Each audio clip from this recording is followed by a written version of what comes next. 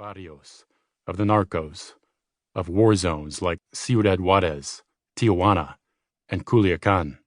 What made these narco corridos so badass, Diego explained, wasn't the rollicking tuba, accordion, and guitar. It was the passionate storytelling and ruthless gunman attitude embodied in the lyrics. A dark-haired waitress in skin-tight white jeans and heels brought us a bucket filled with cold bottles of La Cerveza del Pacifico. I grabbed one out of the ice and peeled back the damp corner of the canary yellow label. Pacifico, the pride of Mazatlan. I laughed to myself. We were in the heart of West Phoenix, but it felt as if we had somehow slipped over the border and 800 miles south to Sinaloa. The bar was swarming with traffickers. Diego and I estimated that 3/4 of the crowd was mixed up somehow in the cocaine, weed, and meth trade. The middle-aged traffickers were easy to spot in their cowboy hats and alligator boots. Some also worked as legit cattle ranchers. Then there were the narco juniors, the new generation, who looked like typical Arizona college kids in Lacoste shirts and designer jeans, though most were flashing watches no typical 20-year-old could afford. Around the fringes of the dance floor, I spotted a few men who looked as if they'd taken a life, cartel enforcers with steel in their eyes. And scattered throughout the bar were dozens of honest, hard-working citizens, house painters, secretaries, landscapers, chefs, nurses, who simply loved the sound of these live drug balladeers from Sinaloa. Diego and I had spent the entire day on a mind-numbing surveillance, and after 10 hours without food, I quickly gulped down that first Pacifico, letting out a long exhale as I felt the beer hit the pit of my stomach. Mis hijos son mi alegría, también mi tristeza, Diego shouted, nearly busting my eardrum.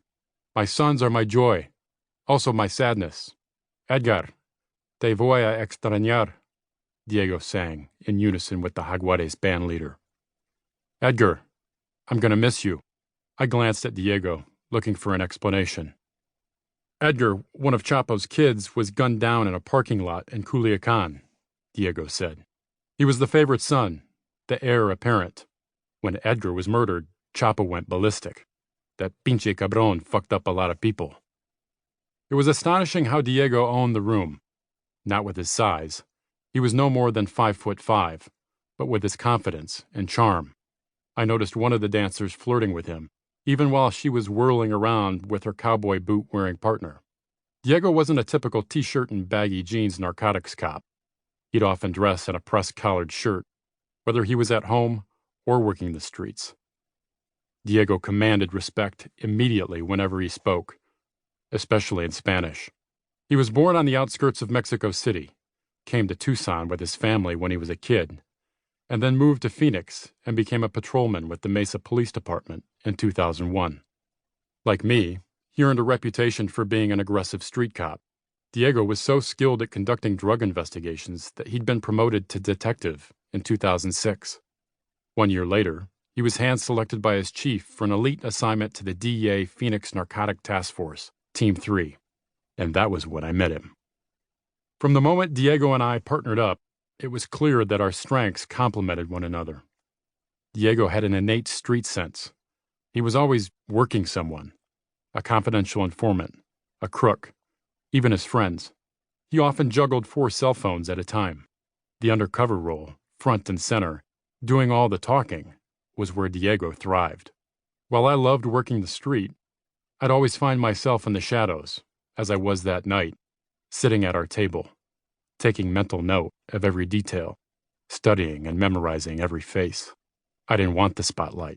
My work behind the scenes would speak for itself. Diego and I had just started targeting a Phoenix-based crew of narco juniors suspected of distributing Sinaloa cartel cocaine, meth, and large shipments of cajeta, high-grade Mexican marijuana, by the tractor-trailer load throughout the Southwest. Though we weren't planning to engage the targets that night, Diego was dressed like a narco junior in a black Calvin Klein button-down shirt, untucked over midnight blue jeans, and a black-faced Movado watch, and black leather Puma sneakers. I looked more like a college kid from California in my black Hurley ball cap, plain gray t-shirt, and matching diesel shoes. My sons are my joy and my sadness, I repeated to myself silently. This most popular of the current narco corridos, Roberto